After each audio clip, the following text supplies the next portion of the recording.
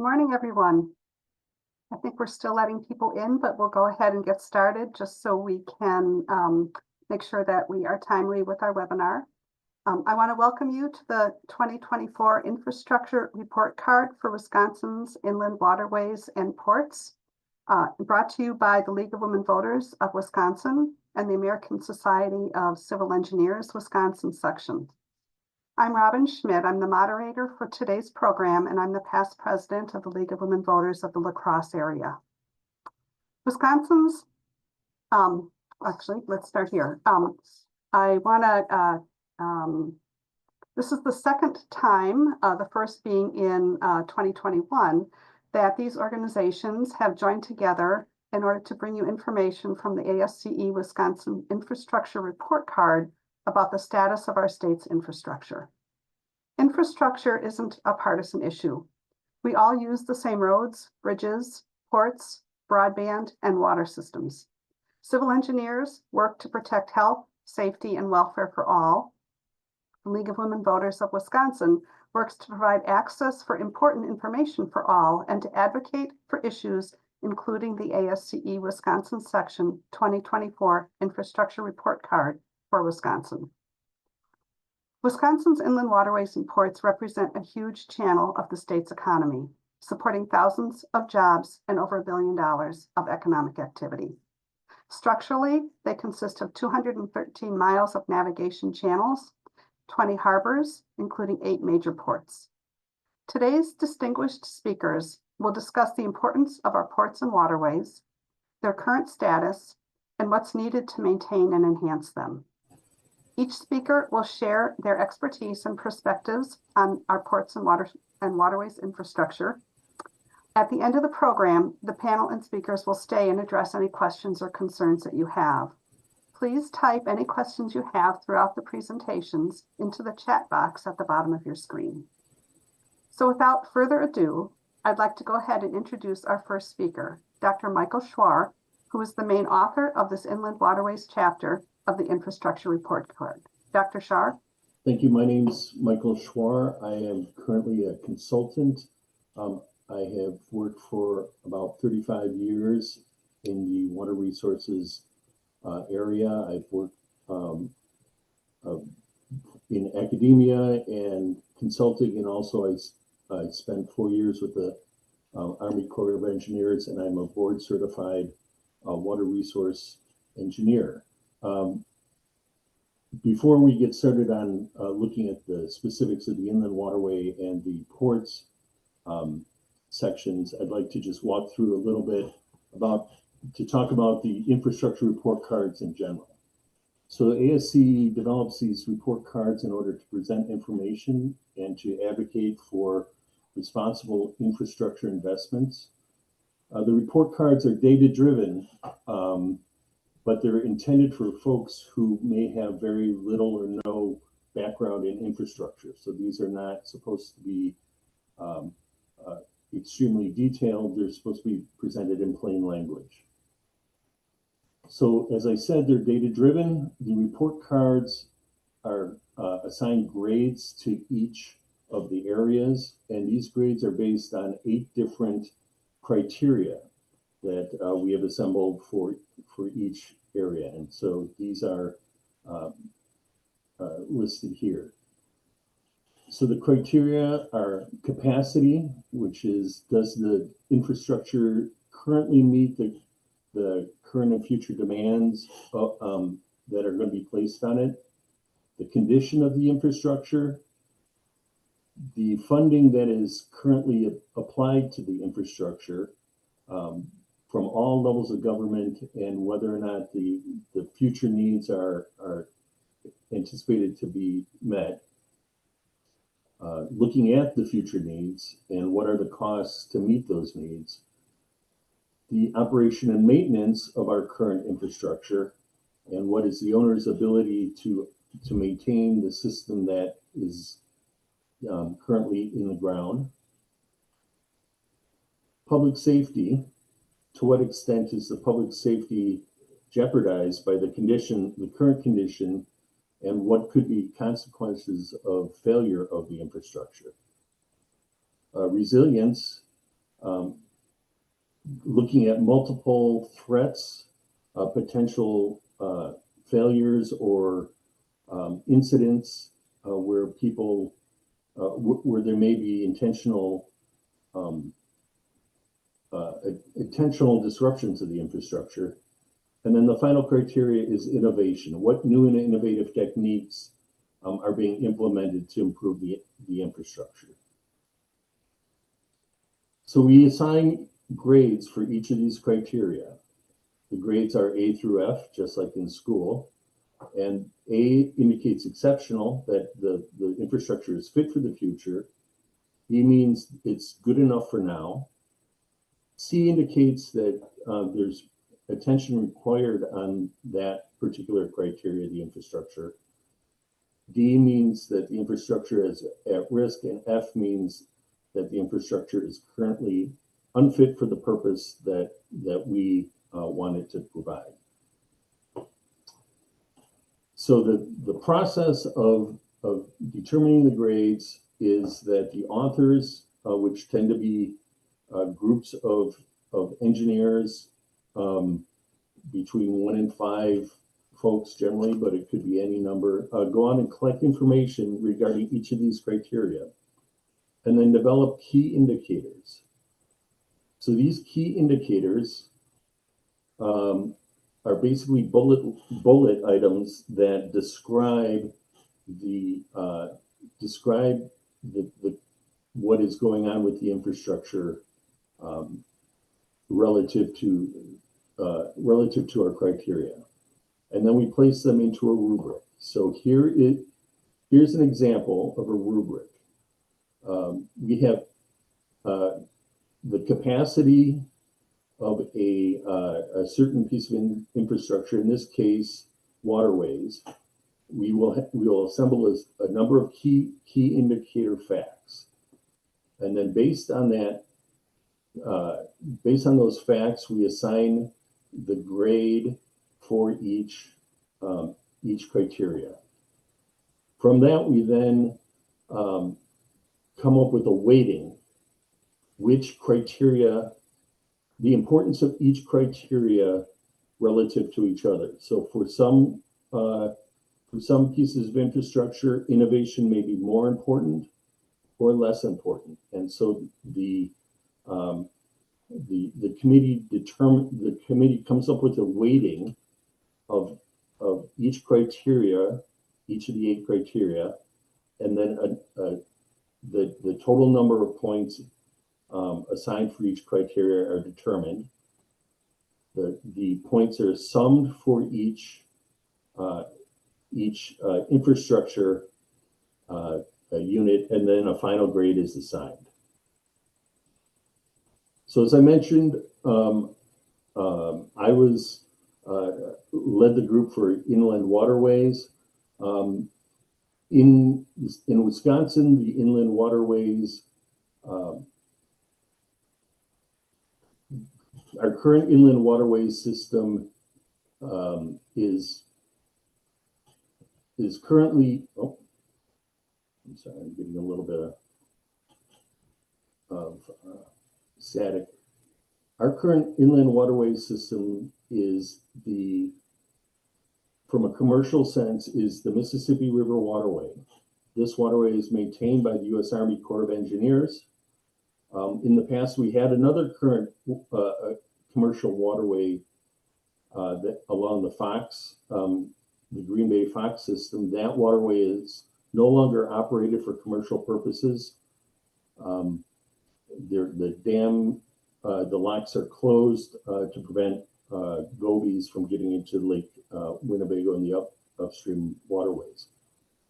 So right now, the commercially active inland waterway is the Mississippi River, and on that we have a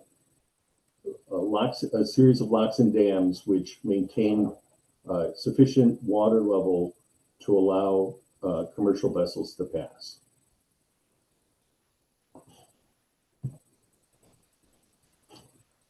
So looking at the 8 individual criteria for the inland waterway system, Capacity graded out to be a C minus. Usage during normal years it varies from year to year, but there has been increasing delays over the past 20 years.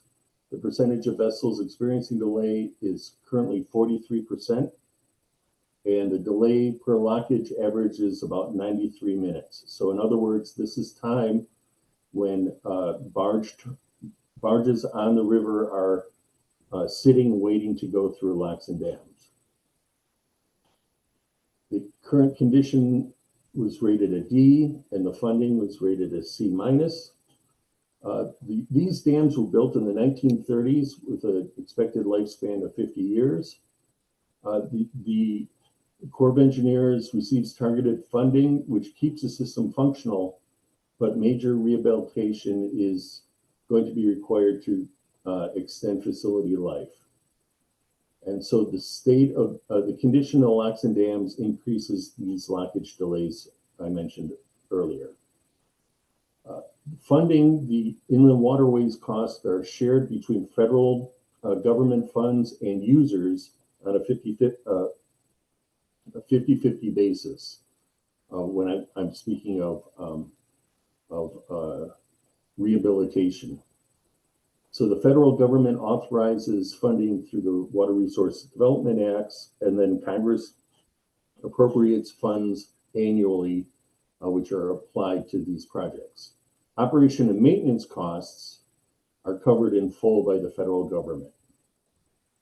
So when I mentioned that there is a user fee, the Inland Waterways Trust Fund is a pot of money that is supported by a 29 cents per gallon tax on barge fuel. So that fund is used as a cost share as required for projects to improve the waterway.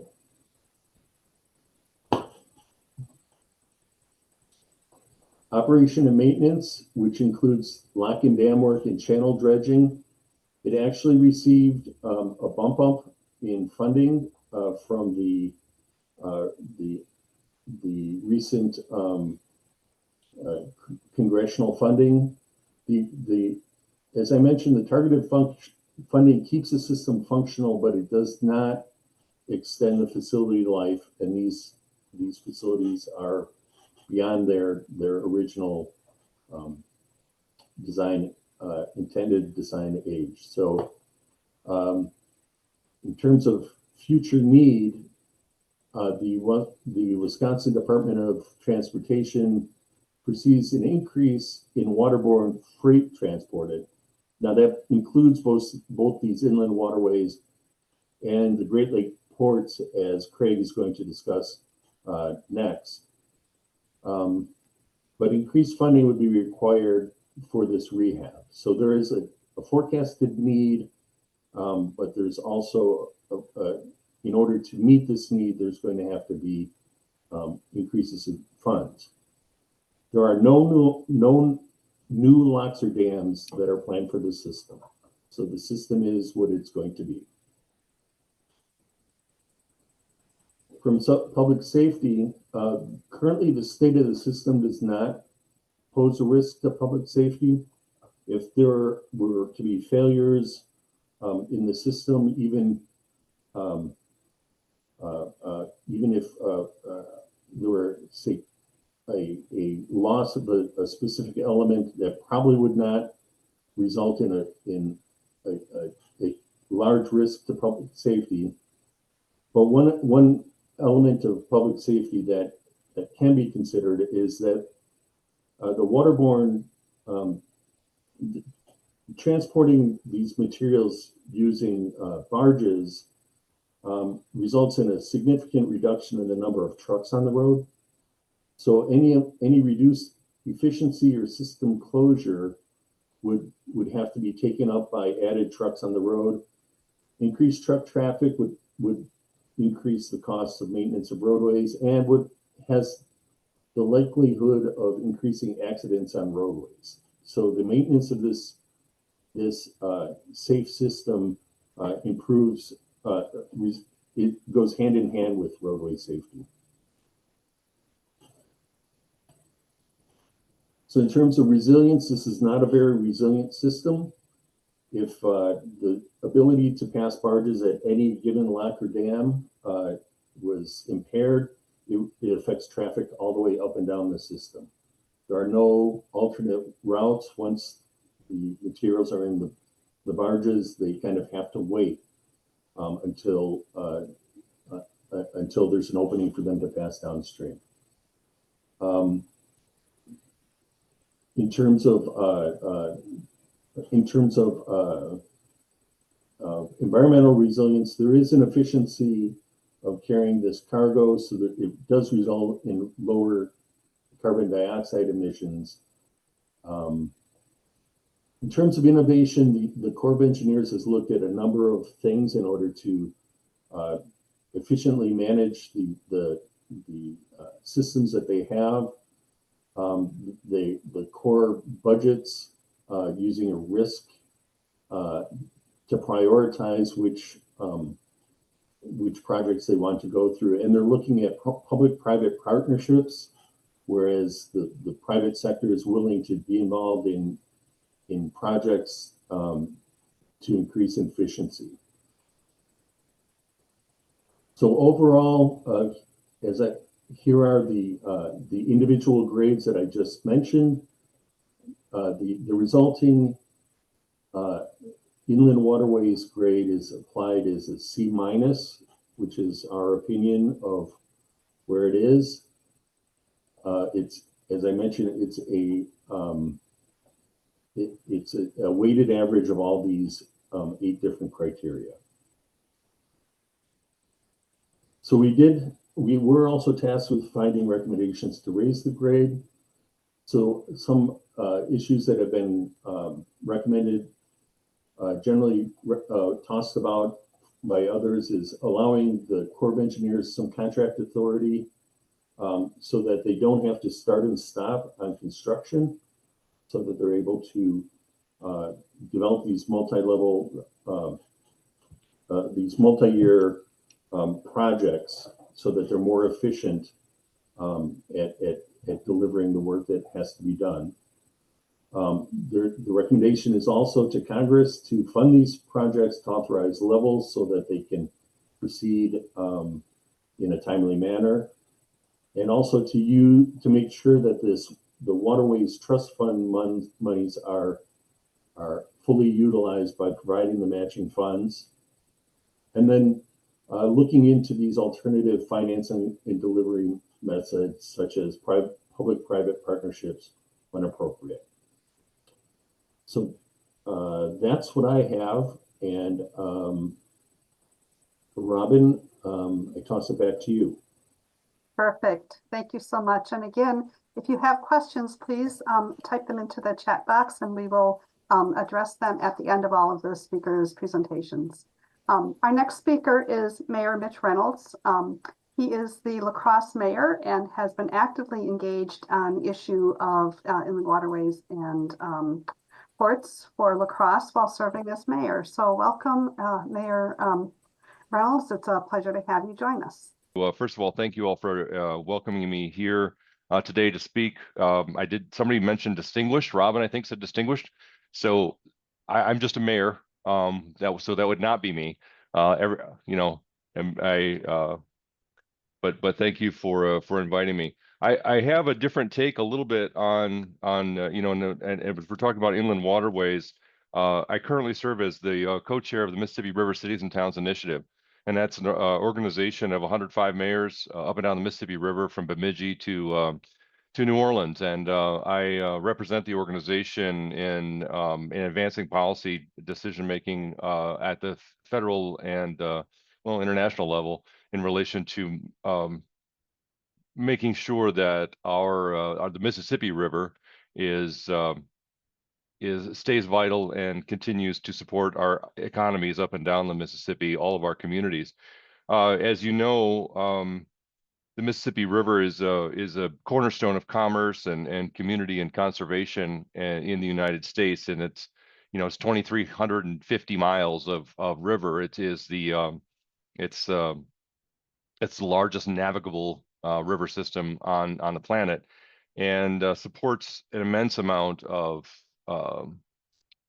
our economies in the United States, with transporting $164 billion worth of agricultural goods alone in a year. And that's 55 to 70% roughly of U.S. exported corn, soy, and wheat products that rely on the river for transport. About 1 in 12 people around the globe consume products from the Mississippi River. So when we look at the Mississippi River, our economies and our communities up and down the river, what we look at, or what we consider, is a comprehensive and collaborative approach. We don't look at state by state, because we are one big giant system, and more than just the Mississippi River, it's the entire basin. I mean, we drain all or part of 31 states and 2 provinces, and that's a lot of water, and that's a lot of commerce. And so our consideration and how we evaluate the importance of the river is not based on a state infrastructure report card, but more based on what we're doing as a nation and how we're comprehensively evaluating the river. And that's among the reasons that we had supported the SMART Act, the Safeguarding the Mississippi River Together Act, which has stalled, and because we're trying to find ways to evaluate and comprehensively secure our river's future. One of the things that we have done in relation to making sure that, again, we have a comprehensive approach towards safeguarding our river is in the absence of significant federal action to ensure that we have the appropriate amounts of investment in the Mississippi River, we've engaged with some partners that are non-federal, because we found that it's been extremely difficult to get a system-wide funding approach for the Mississippi River. And Michael talked about the funding deficiencies in relation to the river. And one of the things that we're focused on is improving the river so that we can have develop natural infrastructure, so that we can, at least at the very minimum, help mitigate flood impacts on the Mississippi, as well as drought impacts. And we've suffered significant amounts of losses, economic losses. Oh, well, there we go. Thank you very much. That's what I was aiming for. That's what I was looking for. And now you found it. So what we have done is we worked with Ducks Unlimited.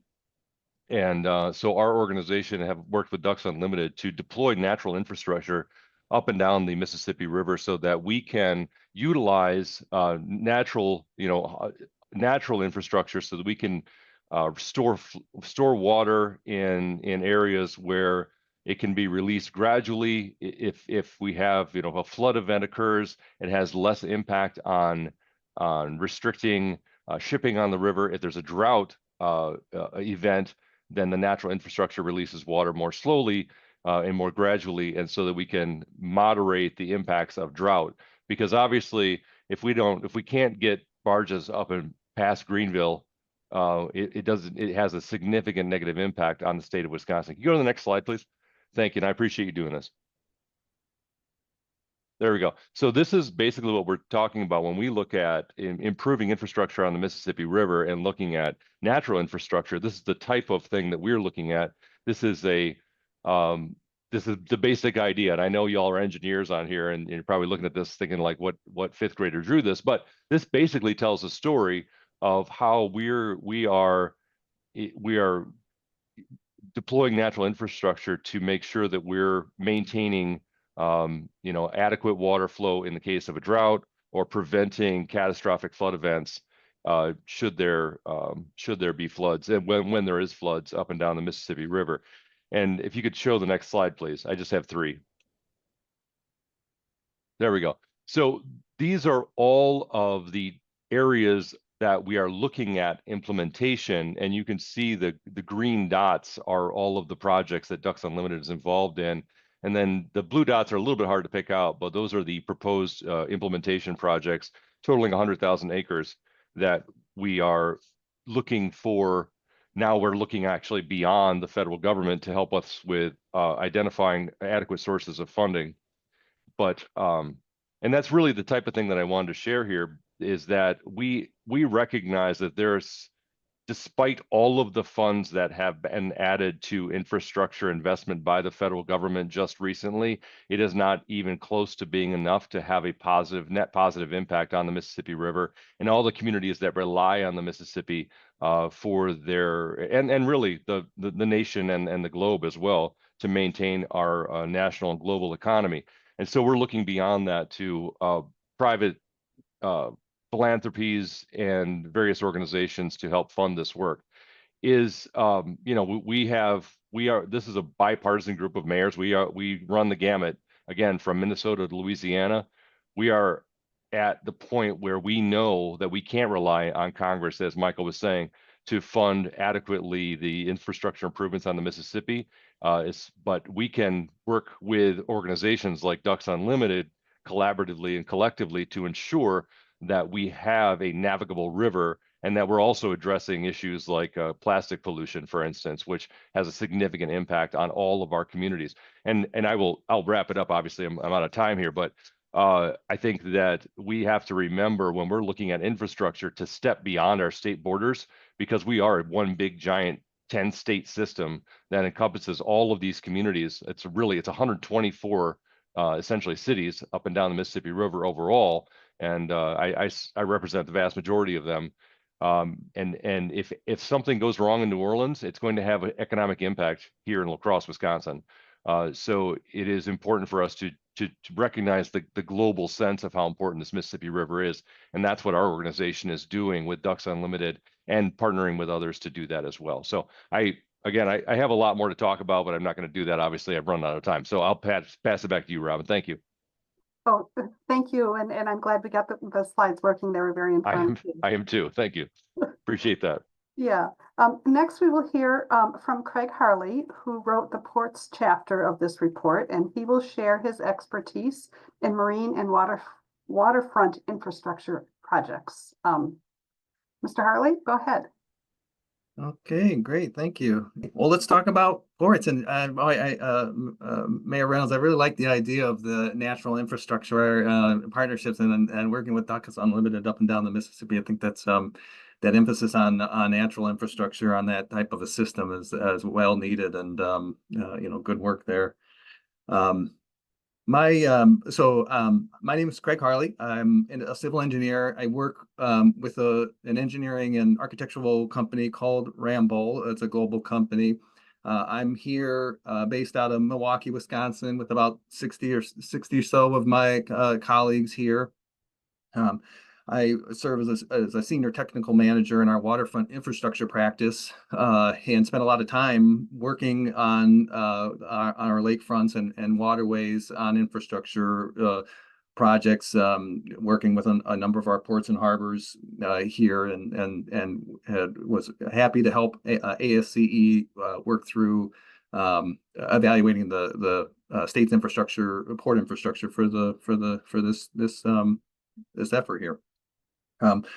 So before we get on to this, though, this presentation, we got this great picture here of Fincantieri's Bay shipbuilding operation up in Sturgeon Bay, and just a note on port infrastructure, the categories when we talk about port infrastructure, what goes into there. Probably their most important piece of infrastructure is their dock walls, their bulkheads, that working waterfront line. Some may not be aware that these are pretty significant pieces of infrastructure. They need these ships typically need somewhere between 25 and 30 feet of draft, and you get a number of extra feet on there to get to your working level. So we really are talking about a wall, a piece of infrastructure that's equivalent to like a 2-story building sitting there on the waterway, and they're quite costly. They're a major portion, but there's a lot of other things here when we talk about port infrastructure. As it can be represented in this photo, they've got lots of pavements. They're bringing water and electrical utilities to the dock side. They got many significant warehouse and building structures, pavements, you name it. It's the same categories of infrastructure that most cities are dealing with, and a port has these expensive dock walls. And in the case here of the shipbuilding operation, they've got even fancier pieces of infrastructure with their dry docks and other major cranes and stuff. So ports, lots of infrastructure. But when we talk about it, when we go into this report and evaluation for Wisconsin ports, it's somewhat of a manageable number. And we recognize in our state here, we've got about 29 ports and harbors that have some level of commercial and recreational activity in those. Marinas and boat launches and charter fishing and stuff like that. But it boils down to about 8 ports that have a significant commercial activity that we focus in on for this report. And those 8 ports are shown here. And we've got a couple on Lake Michigan, one Superior, Duluth up on Lake Superior. And our mayor, of course, he's well familiar with La Crosse and of course, and obviously probably with Prairie du Chien there. So those are the 8 that we focus on as we drill into evaluating Wisconsin's port infrastructure. We talked about the types of infrastructure involved there. Also, just a note that we all think of ports as import and export of goods and materials, and certainly that's what they are and what they're doing here in Wisconsin. But we also have, as we've seen in the prior slide, ports that have other activities like vessel construction and repair and ferry and cruise ship services. So they're supporting not only that import and export operation, but these other activities to note. So to keep those in mind as we think about ports and the infrastructure involved. So capacity, those 8 as a data point here, those 8 ports that I mentioned, here's a snapshot of those annual cargoes if in one way to measure a port's activity in terms of their ship received tonnage. We know here Superior, Duluth is by far the biggest mover of cargo and bulk materials out of that port. That is noted as a shared port for those that are familiar with the geography here of that part of the state here. That's we got Duluth, Minnesota on the other side of the river there, and we've got Superior, Wisconsin. So these numbers they kind of operate as a single somewhat of a single entity in terms of the numbers that go in and out of there. And then Sturgeon Bay at the bottom here, we don't see any tonnage, but they certainly are repairing and building and doing a lot of work on ship repair and stuff. So this is just one way that we look at sort of capacity, if you will. We do look at other metrics for capacity, but a snapshot here on their annual cargoes. They're moving largely dry and liquid bulk materials. They do have some oversized and what they call break bulk type materials that they move through there. When we talk to the ports, on capacity, what we hear is they say we could do more. We got capacity. We would like to be able to have more. They're ready for more. The capacity's there. It's largely a factor of the unused capacities in some cases and these are some generalizations, but are more driven by market conditions and demands. So the capacity is there. That's with respect to our Wisconsin ports. Now, condition, what we talked about earlier, one of the major elements of a port and their infrastructure is that dock wall. This is a fairly expensive infrastructure that has long service lives, 50 to 100 years in some cases, and a lot of it that we have working today on our ports, were put in the 30s to 50s. I love this photo. It's a good example of what we're talking about here. This is in my neighborhood over here in Milwaukee. This is a photo of a bulkhead going in 1931 over at the port, and it's interesting because this very dock wall is still in service today, and I have been involved with projects where we've had elements of it rehabilitated, but this steel that we see going in is still there working today. And there's a lot of steel like that and bulkheads. The ports consider them in serviceable condition. They're still doing what they need to with some routine maintenance. But, that within the next, when we talk about, these are pushing 80, 90 years at this point, in the next 20, 30 years, there's going to be a fair bit of this infrastructure that's going to be needing to be replaced or have significant rehabilitation. So long life infrastructure there when we talk about their dock walls. But currently, they're working and they're not deferring any major rehabs on there. The other aspect of port operations that we'll hear and we are hearing about is around their dredging. The Army Corps is coming in and doing dredging work in their navigational channels. The ports all have a little bit of area that they're responsible for, and and some of that we find is being deferred, but largely in good shape. So condition of the ports, serviceable is what is kind of the general tone as we talk to ports and look at their conditions. When we talk about operation and maintenance funding, as we've got sort of lumped in here, the states, the ports are seeing federal, state funds coming to bear in the program. The state has a robust, if you will, grant program in their harbor assistance program. We've got a data point here that they've put out a couple $100 million since that program's been in place, and a number of these ports that we're talking about have all received funds at some point or another to help facilitate their infrastructure improvements.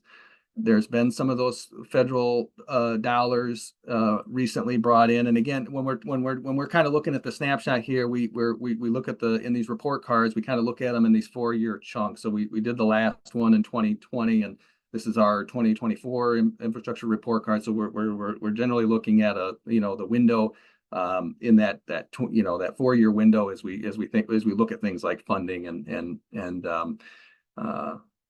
maintenance and so on. Another data point here is an example of some of that federal funding where Port Hood Milwaukee had received a grant to do some agricultural export improvements here recently, which was a big deal for them. So overall, the key takeaway here in this finding is that the funding, this mix of funding appears to be adequate for what the ports are asking for and needing in terms of their infrastructure. The Port Association had fortunate for us in helping them help work on this infrastructure report card. They had conducted a study in 2023 and looked at a number of factors like economic benefits for their ports. And then here's a nice data point of what kind of funding they're setting aside for their ports in terms of fixed asset capital investments. And they broke that out into two areas of ports and terminals and waterway infrastructure. So main takeaway. So we've talked about capacity. Capacity is okay. Condition, yeah, they could be making some improvements and getting ready down the way, but okay. And generally funding, okay. So that's kind of the theme so far as we go through these categories. So future needs next up, and as we looked at what was coming down the pipe for them, we talked about this theme that we heard of there's enough capacity. So obviously future need there is additional throughput would be welcome. But on the other side of that, they are seeing more cruise ship tourism, particularly on the Great Lakes here. I threw a little bit of a picture in here for the mayor with our La Crosse Queen Riverboat cruise. I know they've been cruising on the Mississippi and doing that thing for a while, so that's not a new thing. But here on the Great Lakes, it's a little more newer-ish within the last decades or so, and it's increasing. I think it's doubled since the last time we looked at this. The amount of cruise ship tourism, and they're making stops in Green Bay and Milwaukee, and it's interesting that's a piece that's taking off, and even our own Milwaukee, city of Milwaukee here, they've got a project where they're building out a new cruise ship dock because they've been dropping they've been unloading their cruise ship folks over there at near the wastewater treatment plant, and that's all fine and good, but they'd like to have a nice another welcoming spot to disembark them and get them back on the ship, and so they're building that. So there is a need for their future needs of working on the this increase in cruise ship tourism, and then also we find that as we talk to them about their programs and infrastructure, they don't appear to be implementing any much sustainable management of their dredge materials. They've got this dredging they have to do. We know that it's an ongoing thing, and we'll probably hear this from our Corps colleagues here, our Army Corps colleagues, that finding a home for that stuff and looking at it as a resource and finding beneficial uses for it is something that is needed. And the Army Corps has an incentive here to get at least, I think the number is 70% of their dredge material into a beneficial use.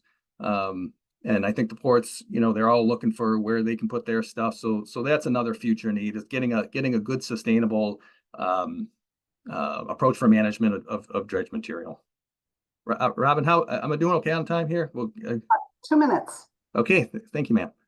Okay, public safety. I think this is an easy one. Public safety, like the Inland Waterways that we heard from Michael, the ports are not, other than the cruise ship out components of those, and we have there are some recreational components. They're not interacting with the public in a way that's that we were able to easily grade them on in terms of impacts.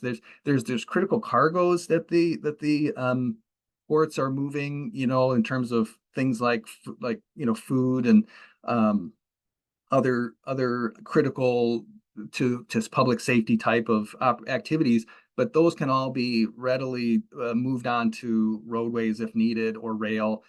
So we don't, when we talk about ports, and this happened in our last infrastructure report card, we didn't find a lot of easy way to grade and distinguishment on the public safety criteria for ports. So I'll leave it there. I'll keep going here because I do want to help keep us on time. Resilience. The thing about the ports, as we all understand them, is they are at the water's edge, and on our Great Lakes, that's even within our harbors, that's a pretty dynamic area to be in. And then we're dealing with extremes in lake levels. We saw our record high but a few years ago, and our record low even within the last 10 years. So we have these extremes. We have these increased intensities and storms that are all the things that ports are having to contend with. And here is a photo of an example that many of us who are familiar with Southeast Wisconsin might remember. This storm from January 2020. This is a winter condition. This is a storm that comes in out of the Northeast, and here it completely wiped out. This is over McKinley Marina, completely wiped out the asphalt and underlying material there. And the thing about this photo, which is really striking, is that the top of that wall is a good 10 or 15 feet above the lake level. So it was this is the kind of thing that ports are thinking about when they think about resilience, and they're going to rehabilitate their dock walls. What elevations are they putting these at? What can they expect to see coming over the wall and wanting to eat away their pavements and stuff? So there is a need for understanding resilience in their infrastructure planning and use future construction. We find that they're not, by and large, they're not utilizing things like asset management, planning, and systems, and incorporating sustainability and into their planning, and some of these things that might help them with dealing with resiliency. So, and I think that's it with just a summary here. So we gave our ports here in 2024 a B-, which is just basically saying that their overall our ports are adequate. There could be some improvements, and I left down here our grade we gave them in 2020, which was a C+. So that does increase. It doesn't signify that we have a little bit of an increase in the grade. 2020 was our first year that we had assessed the state's infrastructure reports, and so we've had a little bit of an opportunity here to sharpen our pencils a little bit, look at them in a little more detail. So hence the increase is not necessarily because they've done something in the last 4 years that has increased their grade as much as we've had a better chance to look at it a little more detail.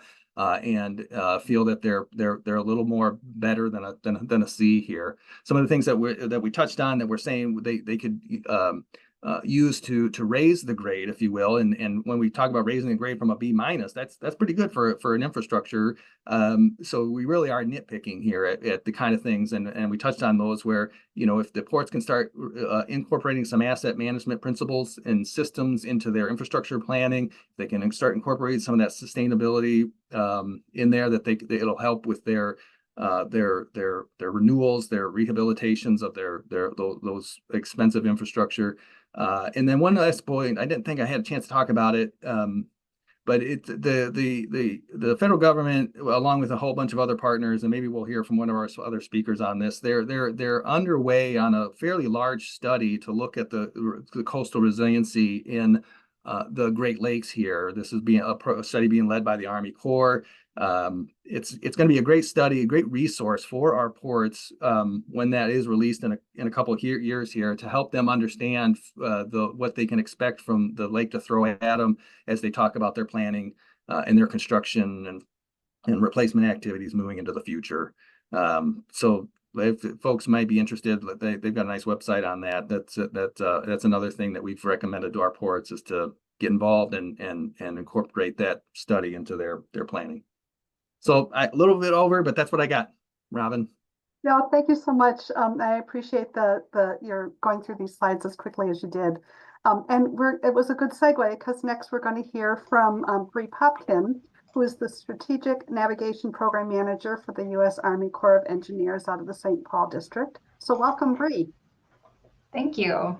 Good afternoon. I'm Breann Popkin, and I'm honored to be here representing the Army Corps of Engineers, St. Paul District. Regionally, the St. Paul District is responsible for maintaining the federal navigation channel from about the Twin Cities to Gothenburg, Iowa. The Inland Waterway, particularly the Mississippi River, are a vital part of Wisconsin's transportation network, supporting the movement of goods and materials essential to industries like agriculture. Beyond Wisconsin, the Upper Mississippi River and its tributaries are part of a larger network of inland waterways that support the U.S. economy. The U.S. has about 12,000 miles of inland navigable waterways, more than the rest of the world combined. These waterways are integral to national trade, linking the heartland with global markets via ports like New Orleans and the Gulf of Mexico. Approximately 60% of the basin's agricultural products are transported via the Mississippi River. The 2024 Infrastructure Report Card for Wisconsin highlights both progress and significant challenges. The waterway within Wisconsin received a C-, which reflects a mix of well-executed maintenance and areas in need of investment. It's worth noting the 2021 National Transportation Report Card graded the nation's waterways at a D+. The Water Resources Development Act of 2018, Section 1154, requires the Corps to prepare a comprehensive backlog report. This graphic shows the total backlog for the Mississippi Valley Division, which is St. Paul District to New Orleans District, and the backlog specific to St. Paul. This is a current snapshot based on available data.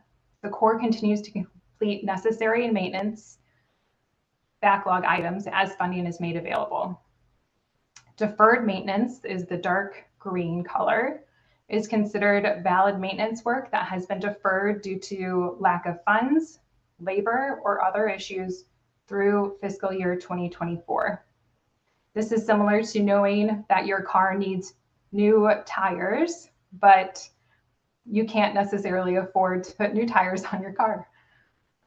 Life cycle maintenance in the tan is work that has a known scope, cost estimate, and is scheduled to reflect a need that is not necessarily current but would be realized in the future. And this is forecasted through our fiscal year 2035. This would be similar to your car needing an oil change every 5,000 miles. Core locks and dams are well past their 50-year design life. However, it's important to note that age does not necessarily correlate with condition. Regular maintenance by talented staff, rehabilitation efforts, and technological advancements continue to extend the lifespan of these structures. Across the enterprise, a 40% increase in investments since 2010 for locks and dams has resulted in an 80% reduction in unscheduled stoppages, which has improved the reliability and efficiency of the U.S. transportation systems. While physical infrastructure is critical, dredging is another vital component to ensuring safe, reliable navigation. Annually, the St. Paul District dredges about 1 million cubic yards of material from shoals impeding navigation. Dredging is completed either through mechanical means, which is the strike team on the left, or hydraulic means, which is the dredge gets on the right. Currently, the limiting factor for dredging is placement capacity. It is becoming increasingly challenging to find sites with sufficient capacity in the region. There are physical and financial limitations for hauling or pumping material significant distances. Through WRDA, the Water Resources Development Act of 2020, Congress renewed their commitment to beneficial use of dredge material. In 2023, our past Chief of Engineers, General Spellman, set a goal for USACE to increase its practice of utilizing dredged material beneficially to 70% by 2030. One of the key takeaways from the report card is the need to continue investment in our inland waterways. Without modernizing lock infrastructure, we risk losing a competitive edge in global trade, limiting the effectiveness of inland waterways as a cost-effective transportation mode. The Navigation and Ecosystem Sustainability Program, NESP, is currently designing expanded 1,200-foot locks at Lock and Dam 25 in the St. Louis District and LaGrange on the Illinois Waterway. This would address two critical bottlenecks on the upper Mississippi River transportation system. NESP is also constructing mooring facilities at locks 7, 10, 11, 14, 15, 20, and 22, which would reduce wait times for tow, improving the overall timeliness of lockages. St. Paul continues to reach out to our partners at ports, roads, and rail to operate together more efficiently. We have two major initiatives. One is a resilient navigation system by addressing our maintenance backlog, as I discussed today. The other is our beneficial use of dredge material, seeking to manage the material from the navigation channel more efficiently. These initiatives require the involvement of many stakeholders, the federal and state agencies, and we truly appreciate their support and feedback on these initiatives. The U.S. Army Corps of Engineers is committed to maintaining and improving these vital systems, but we need continued coordination and collaboration from our stakeholders. Thank you. Thank you, Bree. Great information. And our last speaker for this series is Lisa Stern, who manages the Wisconsin Department of Transportation's Railroads and Harbors section. Lisa, go ahead, and I see you have your screen shared, so take it away. So good afternoon, everyone. Yes, I work with the Department of Transportation and Chief of Railroads and Harbors there, and I'm just going to talk about our Harbors Assistance Program. We call it HAP for short. And I think it really ties in well to a lot of the conversations we've had already today. So let's see if I can, there we go. So as we've talked about already, Wisconsin is blessed with two great waterway transportation systems. One is the Great Lakes and the Mississippi River. the Mississippi River does majority of freight includes our agricultural and energy products, and it's obviously, as we've talked about, is integral to the economy of Wisconsin.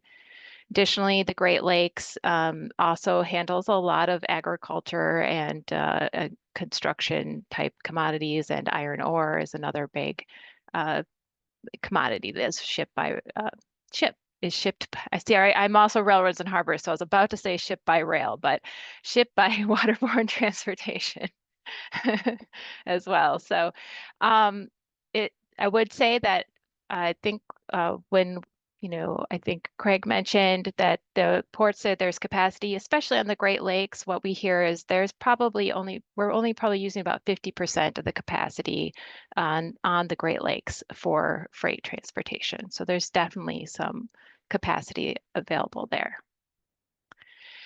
So getting to our actual program here, this is a program that was established back in 1979, and I do have slightly updated numbers with the 24 numbers here added in from the previous presentation. So since 1980, when the first grants were awarded, we've awarded over 160 grants with over $230 million in awards.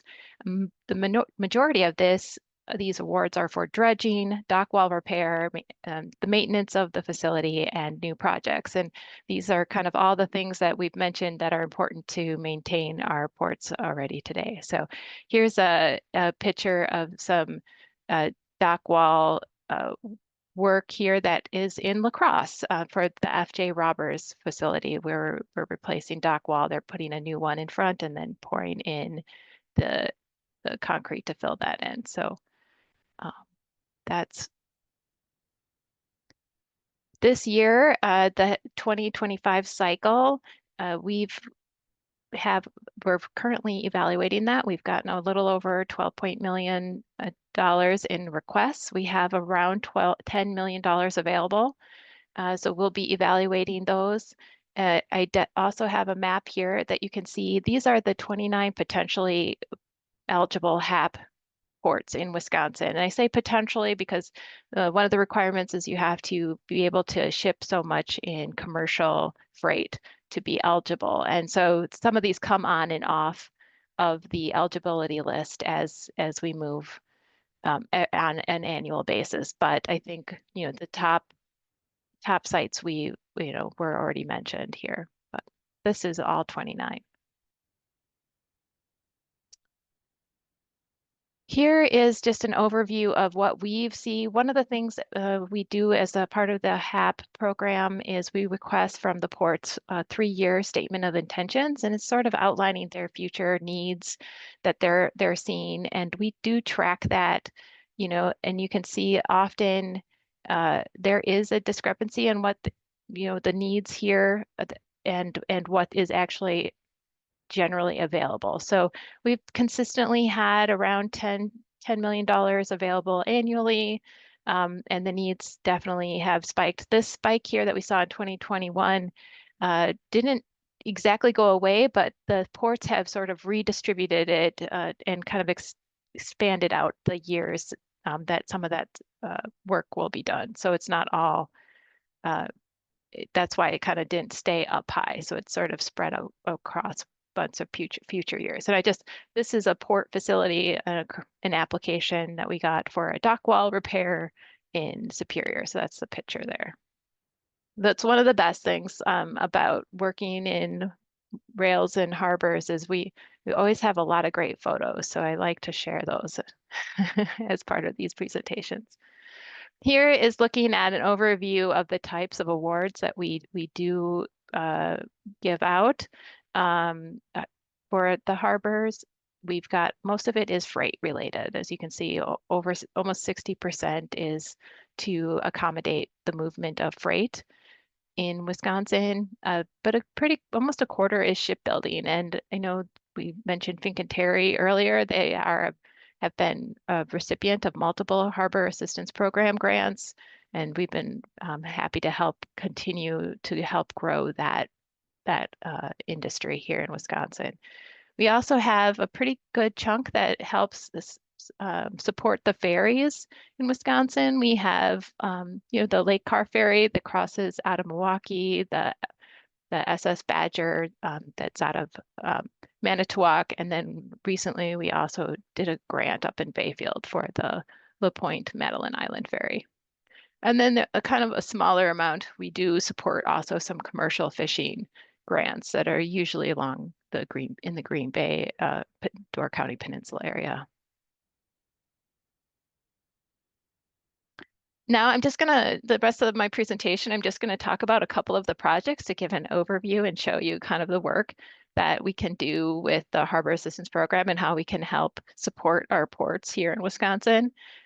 This here was a HAP award. There's actually two of them, but it was this one specifically was an emergency award to the SS Badger in Manitowoc. There was a winter storm in 2008, and the high winds and heavy waves damaged the counterweight and the loading apron approach. So these repairs were completed. I think they applied in March, and we had everything done and ready and it completed prior to the start of ferry season, which was May 11th. So that was quite a successful grant application and made it possible to keep that operation going. Another one we're quite proud of is we helped a new port facility to expand a new port facility in Manitowoc. The Harbor Assistance Program helped develop the site there at the city center where Broadwind was building parts for the windmills. There was a Konecranes that looked to expand their facilities and build cranes here for the Navy. We helped fund building the site so that it could accommodate this crane building. And it was an exciting project for all of us. And it was especially, I think, a nice touch because Manitowoc, was known for building cranes for many years and now is continuing to build cranes. So this was just the first crane that you can see here, but there has been an additional HAP award to expand this site, and they have gotten contracts to continue building these large scale cranes.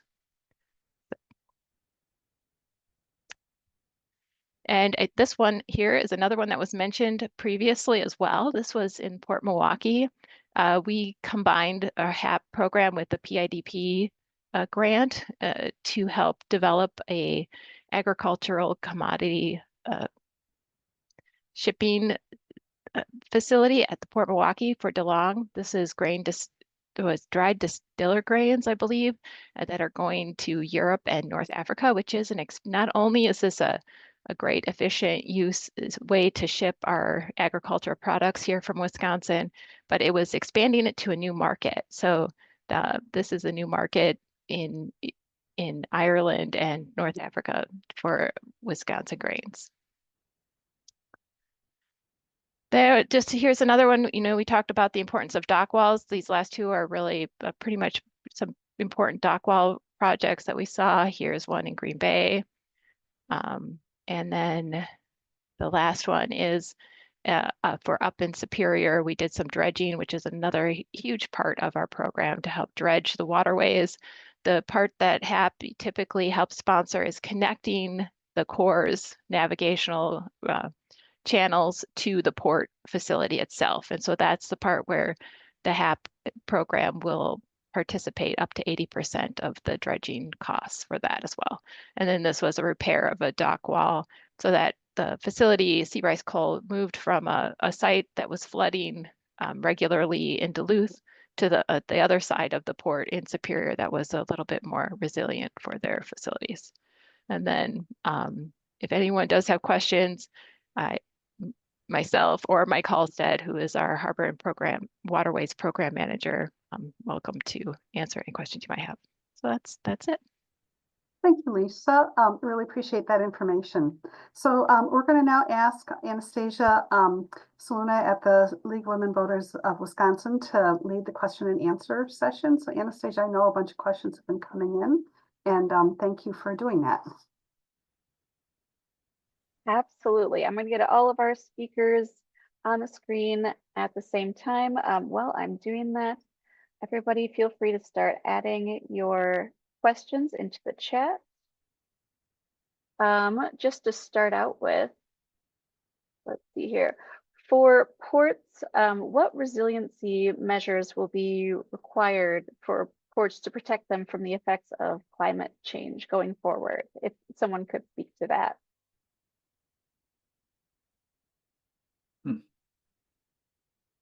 Well, I'll take a stab at it. It's because it's something. It's actually an interesting question that I think we're all sort of struggling with, especially when we talk about Great Lakes, and the long-term projection of climate impacts on there, and how ports, when they build that 50 and 100-year infrastructure, what should they be expecting to see on that dock wall over the next 50 to 100 years?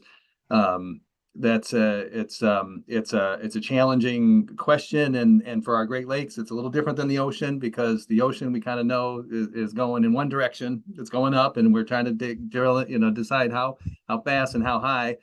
On the Great Lakes, it's a little bit of a different story, and whether the lakes are low or high, and there's swinging between those two, are all factors that are challenges for ports when they look to to replace their infrastructure, their port side infrastructure. So I mentioned that resiliency study earlier that the Corps is embarking on, and it's supposed to help put a lot of resources and efforts and thought to that very question of what can we expect long term, and how, so that the ports have that tool to work with as they look to replace this infrastructure. Awesome, thank you. Good to know. In a semi-related question, this one was directed at Michael, but maybe Craig or maybe others can answer this as well. To what extent are Wisconsin's engineering schools focused on providing sort of resilience training or resilience research for Wisconsin's waterways?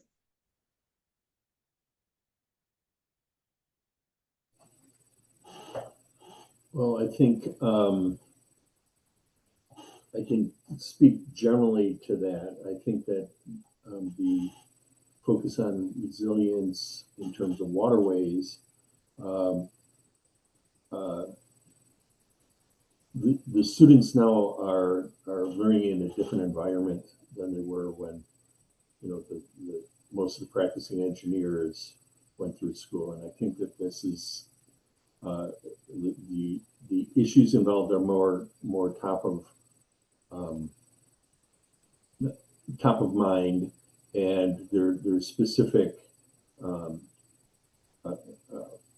efforts by the academics to make sure that the engineers that are being put out into the engineering world today are better suited to ask these questions. I mean, clearly we're living in what would be known as a post-stationary world when you talk about waterways, meaning we used to look backwards and say, oh, things are going to be the same as they were before.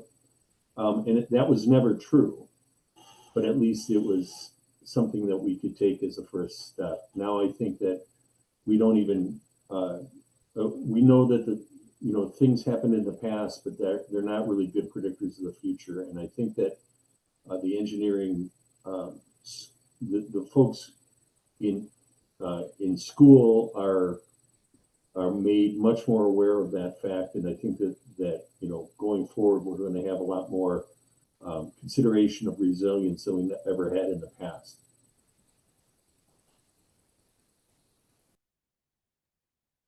Great to know, thank you.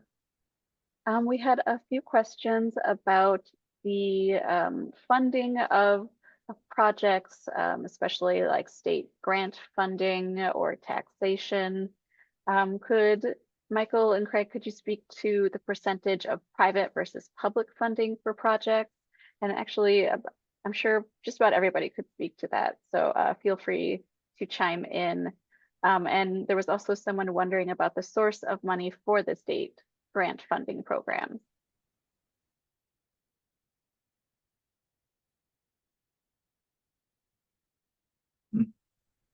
Well, I didn't know if you'd said Craig or Michael, but I can answer at least part of that question for the state funding. For the Harbor Assistance Program, that is 80%, can be up to 80% state funds with 20% private funding. If we do combine with a U.S. Army Corps project, then it's 50. We can only go up to 50%. So it's a reduced percentage of that, of the non-federal portion. So the other thing is, I would say on the state side, it comes from potentially two different sources. It typically comes from bond funds, so it's typically borrowed money, but the last couple of years it has come from just the general revenue for the state funds. So we have what we call SEG funds, but that's state general revenue. So it's a mix. We usually get a little bit of both, just because sometimes with there's a small amount of the state revenue every year. Often we use that for sort of emergency projects, like with the one I talked about in Manitowoc for the SS Badger. So that helps. Oh, and I would just say the other thing we do often in some of these projects, like the DeLong project, and there's a couple others that I'm blanking on at the moment, but we'll combine our state funds to help get federal funds with the PIDP program, which is the MARAD federal grants for ports infrastructure development program, is I think what that stands for, something like that.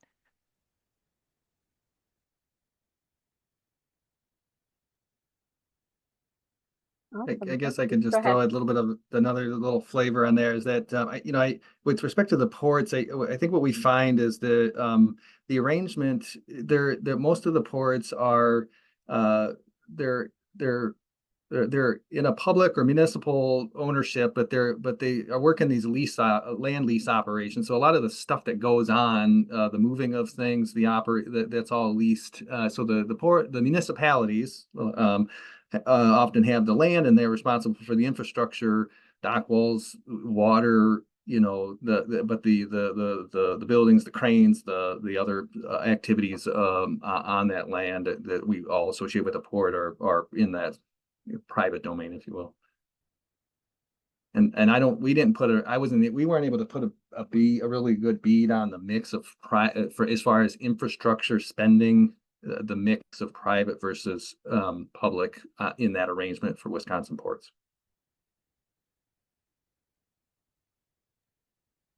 Interesting to know. Thank you. Did anyone else want to chime in on that topic? Okay. We had a few questions about the commercial aspect of what's going on in our waterways and ports.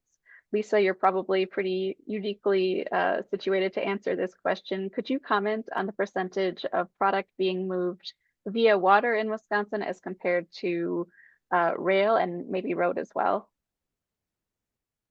I was just actually looking that up in our our freight rail or our freight plan here. Let's see.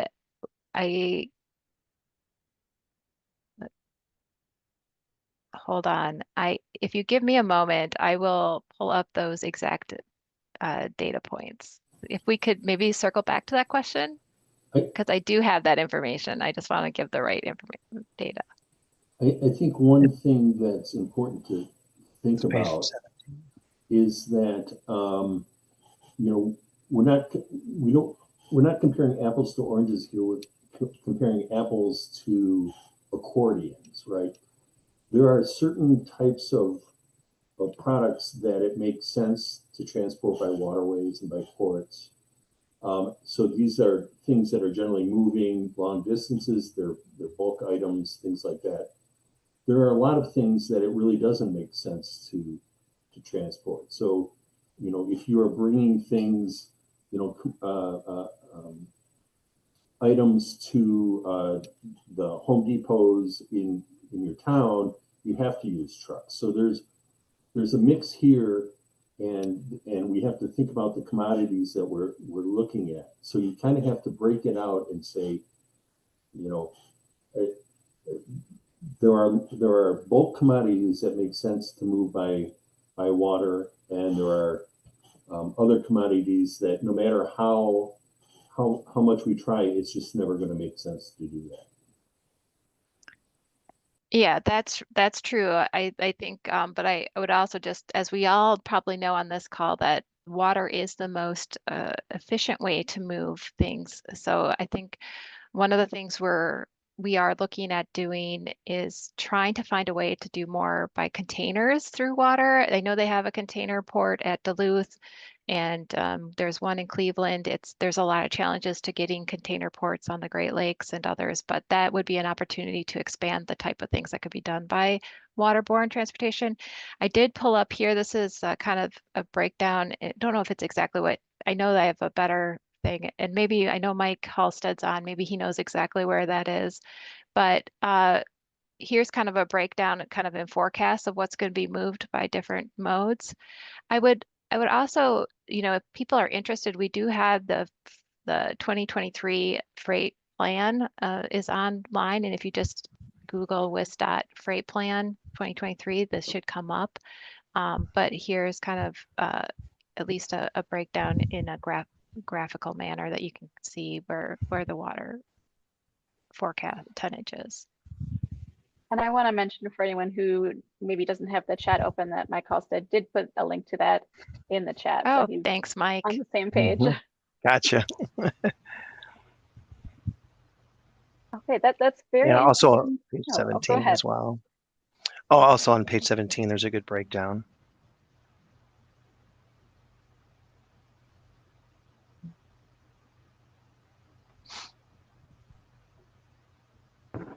This is Bree. I would also add that commodities such as corn are typically trucked to a facility where they would then be transported or transferred onto barges. So the system is interconnected and dependent on each other functioning. It's not necessarily competitive, but synergistic. That's a great point, and I would like to add some of that is also by rail to the ports. But yes, yeah, absolutely, they all work together. They are all important pieces. That's a very good point. That's all I very think in interesting. this, Yeah. Go ahead, sorry. in this, oh, this is Mike Halstead. I work for Lisa on the Harbors and Waterways program manager, and the graphic that Lisa has up here, the one on the right, you can see that the mode of transportation and water measures only 1% of the value, but the tonnage is a lot higher. It just kind of gives you an idea of how what the value of the commodity is based on the tonnage. And we have I would just invite you to look through our freight plan. There's all sorts of great data in there. And I also, you see, I posted the resiliency study link to what the Army Corps is up to with that. So Thank you all for that. It's interesting because I know Michael mentioned in his presentation that there are lower emissions traveling via, freight on the water. And Craig also mentioned that our ports are not being used to full capacity. So I'm wondering, given all of that information, do you all think that we should be advocating for more commercial use of our waterways, or the fact that, as you're mentioning, some things are appropriate to go via water versus road and rail? Is our current breakdown ideal? I think there's room for growth there, definitely. I mean, it's not like we're saying, it's not like we're going to get rid of all the truck or all the rail. It's really it's always going to be a combination, but there's definitely, at least on the Great Lakes. I mean, I think with the Mississippi River, there's work that needs to be done to increase the capacity there, but it's just a little bit more of a heavy lift, but I think it's still something we should be looking to do. I think there's more that could be shipped by waterborne water freight than is currently done. That's my own thoughts. Others may.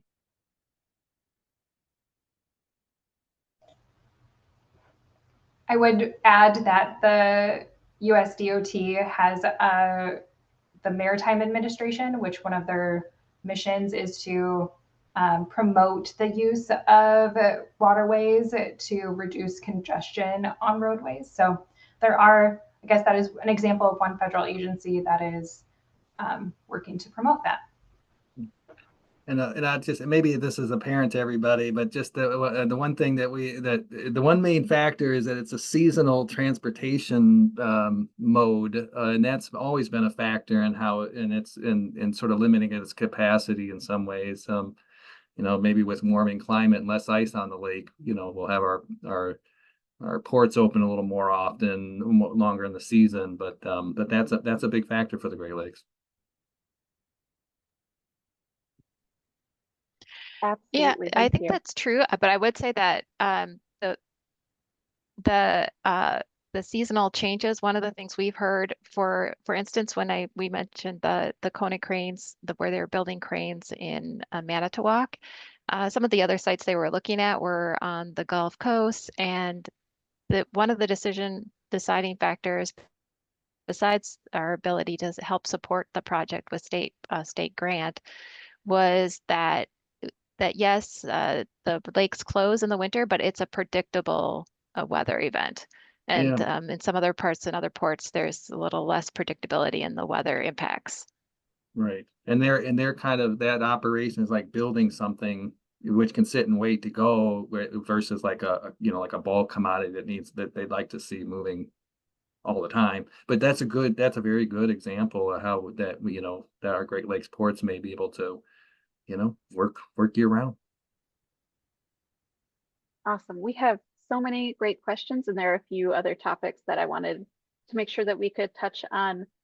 Mayor Reynolds, could you speak more about the SMART Act, and also if you're seeing interstate cooperation between local officials in relation to maintaining and enhancing the Mississippi River?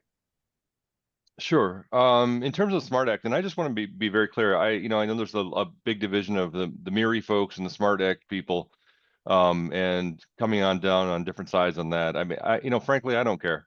I mean, our goal is not.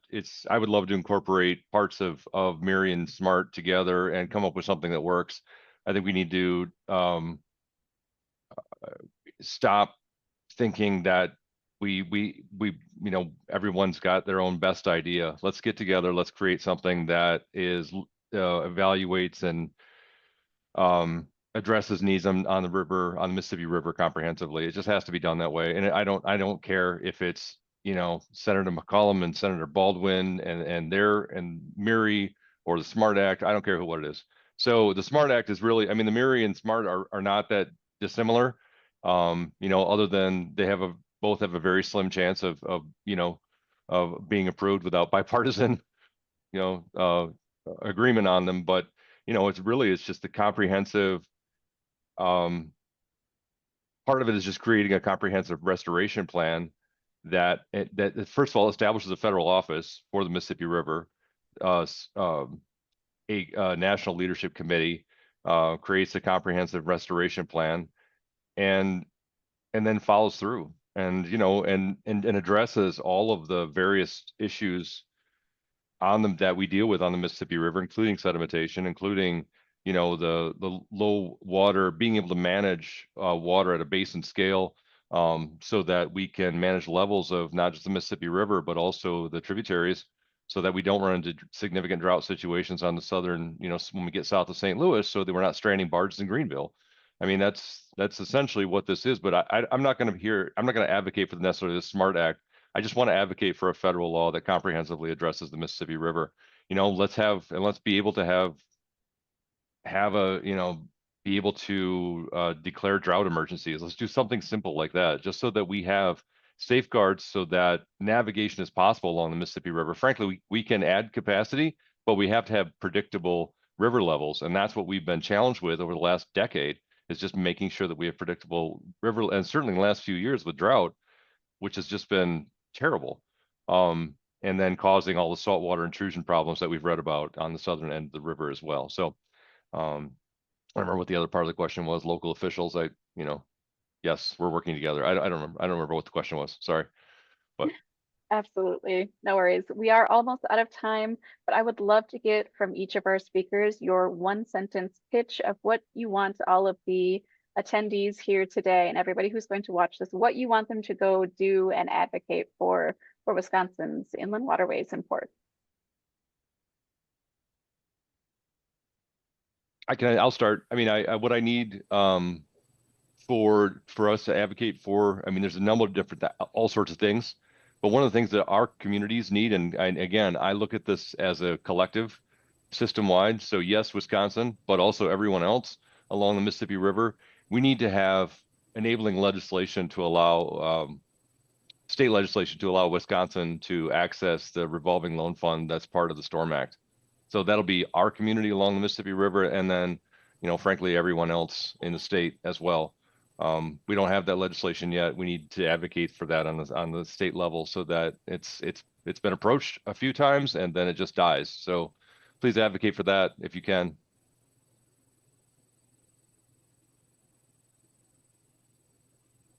Thank you. I'm going to just call on speakers. go ahead. Lisa, go ahead. Yeah, I was just going to say, as far as from the state perspective, one of the areas of need we see is that last mile connection from the ports to the interstate or highways and rail systems. So that's an area it would be great to see some improvement on as well. Thank you. Michael, what would be your one sentence pitch? Inland waterways are like just about every other piece of infrastructure we have. We've been entrusted with something that serves us well, but we need to maintain it so that it keeps serving us well. Perfect. Thank you. Bree, what would you say? At least from the Corps perspective, I think staying informed and aware of projects in your neck of the woods. Thank you. And then Craig.